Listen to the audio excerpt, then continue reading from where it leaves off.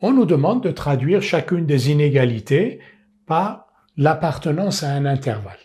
Alors, x supérieur ou égal à moins 1, comment le traduire? Si x est supérieur ou égal à moins 1, alors x appartient à quel intervalle x appartient-il?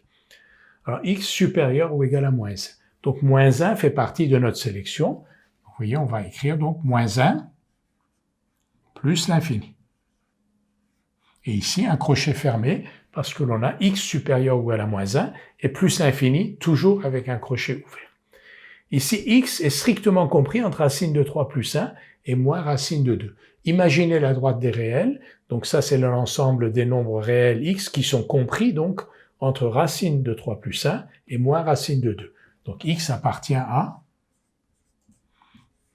intervalle ouvert pour exclure moins racine de 2 et intervalle ouvert aussi pour exclure racine de 3 plus 1.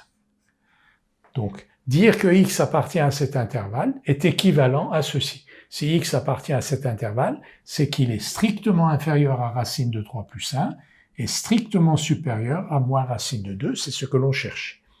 Maintenant, ici, un peu plus complexe parce qu'on a un ou. Donc, x est strictement inférieur à moins 2 ou x est supérieur ou égal à 3. Écrivons d'abord x strictement inférieur à moins 2. Ça s'écrit comment? Donc, on cherche un intervalle qui traduise x strictement inférieur à moins 2. X strictement inférieur à moins 2, moins l'infini, moins 2. Moins 2, ouvert parce qu'on a strictement inférieur. Ou, union, un autre intervalle qui va traduire x supérieur ou égal à 3. X supérieur ou égal à 3, 3 fermé, et plus l'infini. Plus l'infini et moins l'infini, toujours ouvert. X différent de 0. Comment traduire en termes d'intervalle x différent de 0, x est non nul.